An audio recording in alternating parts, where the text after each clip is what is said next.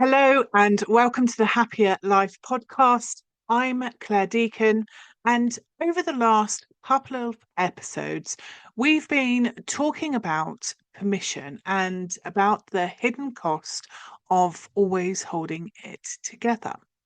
Today, I want to stay with what often comes next because this is the part that doesn't get named very often. And for many people, it's the most unsettling stage of all. It's the moment you realize you can't keep holding everything together in the same way anymore. Not because you're failing, not because you're breaking, but because something inside you has shifted. And then quietly at first, a question starts to form, not dramatically, not all at once, but in the background of everyday life. Who am I without the role I used to play? This isn't an identity crisis in the way it's usually portrayed. It's not about throwing everything up in the air, and it's not about suddenly wanting a completely different life. It's much more subtle than that. It's the realization that the version of you who has coped, managed, held steady, and kept everything moving no longer fits quite as comfortably as she once did.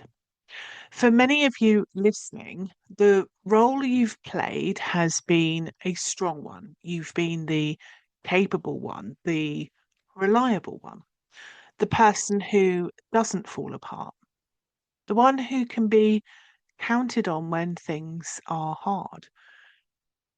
You're probably the person others come to at work, in your family, in friendships, because you're calm, measured, and you get things done.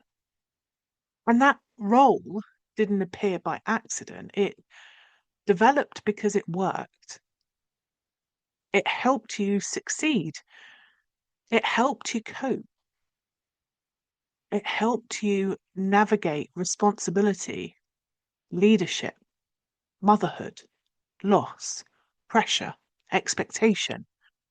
In many cases, it will have helped you survive. And when something works for long enough, it stops feeling like a strategy and starts feeling like who you are. So when your body and nervous system begin to signal that you can't keep doing this in the same way anymore, the experience isn't relief, it's a sense of uncertainty. Because loosening a role that has kept you safe doesn't feel like freedom at first, it feels like risk. This is often where people say things like, I don't really know who I am anymore, or I feel a bit lost, or perhaps I don't recognize myself the way I used to. But that's usually happening is there isn't loss, it's transition. You're no longer willing to be who you were, but you're not yet clear on who you're becoming. And that in between space can feel deeply uncomfortable, especially if you're someone who is used to clarity and competence and being on top of things. From a nervous system perspective, this makes complete sense. Your nervous system doesn't just care about physical safety, it cares about relational safety and belonging. It learns very quickly which versions of you are accepted, rewarded, relied upon.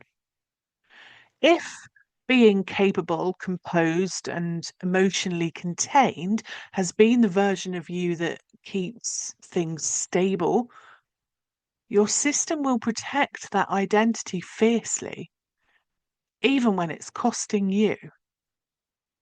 That's why resting can feel uncomfortable, why saying no can bring guilt, why not being on it triggers anxiety.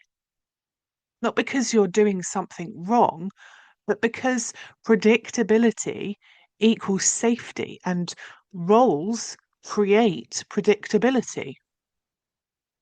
The difficulty is that roles can outlive their usefulness. What once protected you can eventually restrict you. And when that happens, the cost doesn't always show up dramatically. It often shows up in very ordinary moments. You might be sitting in meetings, contributing as you always have, but feeling oddly checked out. You might be managing family life competently, yet feeling strangely empty afterwards. You might be praised for coping and notice that the praise lands rather as pressure rather than affirmation. Externally, everything still looks fine. Internally, something feels thinner. This is where positive psychology offers an important distinction. Well-being isn't just about functioning, it's about vitality, meaning, engagement, and physiological flexibility. You can be highly functional and deeply disconnected at the same time. And when identity has been built around performance and responsibility, meaning is often the first thing to go. Psychologically, this is what happens when meaning outgrows function. You're still doing the right things, they just no longer nourish you. That doesn't mean you've lost yourself, it means you're shedding an identity that no longer fits. That process is rarely neat and it's rarely comfortable. I know this territory personally. There was a point in my own life where I realized that the version of me who could keep everything running, no matter the cost, was no longer sustainable for me. She had been necessary. She had carried a lot. She had got us through a lot. But she couldn't take us any further. And letting go of her wasn't empowering at first. It felt disorientating.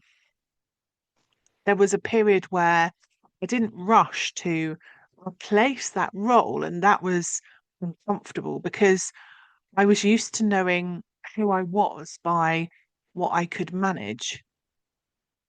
But that pause mattered because strength, when it becomes a role, can also become armor. And removing it doesn't make you weak, it makes you feel exposed to your own internal world. This is often where people worry they'll fall apart. They imagine that if they stop holding everything together, everything they've been containing will spill out all at once. But that's not usually what happens.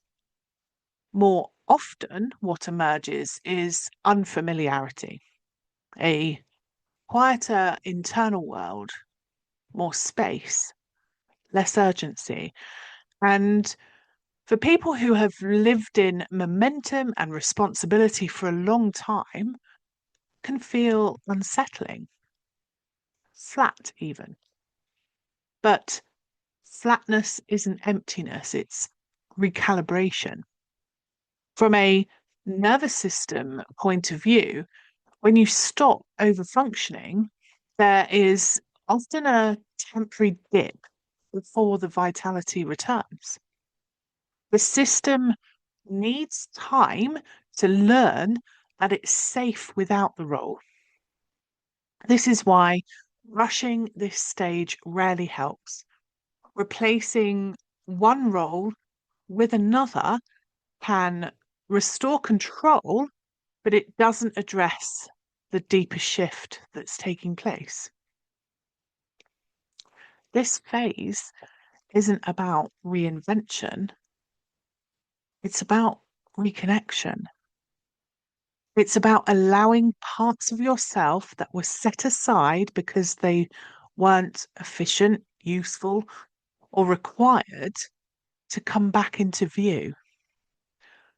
Parts that don't perform, parts that don't manage, parts that exist without needing to be productive. That can feel deeply unfamiliar if you've spent years in survival mode. If you're in this space right now, questioning who you are without the role you used to play, there is nothing wrong with you. You are not failing. You are not regressing. You're not lost. You're in transition. And transition asks for something very different from effort. It asks for patience, for self trust rather than self control, for allowing uncertainty without immediately fixing it. If, as you're listening, you feel mix of relief and fear, that's often a sign you're touching on something important. But nothing here needs solving today. Nothing needs deciding. This is not about abandoning responsibility or letting everything fall apart.